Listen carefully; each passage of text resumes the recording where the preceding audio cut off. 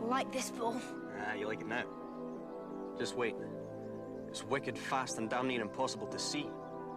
What do I do with it? You catch it. What's up, witches and wizards?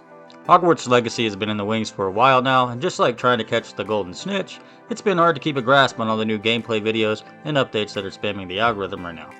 But before we get further into the video, please consider subscribing and dropping a like. Having your support would help a ton. And without further ado, here's the tale. Hogwarts Legacy for PS4 and Xbox One players are being delayed until April 1st at the minimum, due to needs to optimize the game for the last gen consoles as far as we know. We're hoping that release date doesn't move. That would really suck. And for PC, PlayStation 5, and the Xbox X, the game is due for release as early as February 7th if you have the deluxe version of the game, or February 10th if you have the standard game. Although reports have said some players have already gotten the game and copies are already being played due to accidental shipments for bundles, etc. You start as a 5th year student at Hogwarts in the late 1800s, so it's unlikely you'll see any of your favorite faces from the books or the movies anytime soon. Faces that are still alive anyways. Although it's before the time of Harry Potter, we will still be exploring the majestic castle of Hogwarts and searching for all the hidden walls, charms, creatures, and more that are probably stashed away right in front of our eyes. Potions are one of the things I'm most looking forward to in Hogwarts Legacy personally, and what we know so far is that each ingredient differs in where it can be found or purchased. Merchants across the game sell certain items and ingredients, but not all of them. Gathering necessary pieces for a recipe may be a journey all their own as you search the world to find them. Recipes are needed to craft your desired potion even if you already have all the ingredients to make it.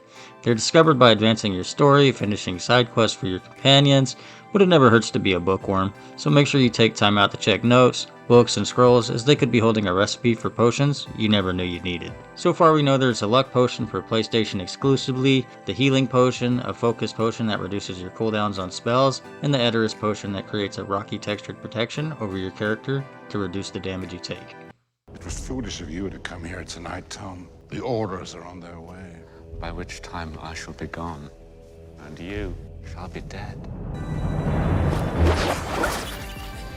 While we know quite a few spells in Hogwarts Legacy from gameplay and updates alone, we're still uncertain just how wide the range of spells we can acquire will actually be.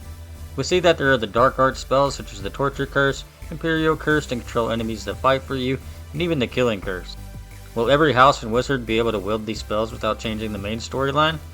I guess we'll see. From attack, support, and defensive spells, the devs have certainly put in a ton of work getting this game correct for all the fans. There's also ancient magic in the game, and to use it, players will need to fill up their ancient magic meter by completing spell combos and collecting blue crystal-like objects that appear after those combos are completed. Once at least one segment of the ancient magic meter is full, a powerful ancient spell will be unleashed after inputting a certain key strike. In one instance shown in the Dark Arts Battle Arena, ancient magic was used to transfigure a human enemy into a chicken, kinda like polymorph. So for now we're stuck hanging on the cliff edge until release on what other spells could possibly be added to the game. The best way to practice is by dueling. We'll start with you two. Time for a proper Hogwarts welcome.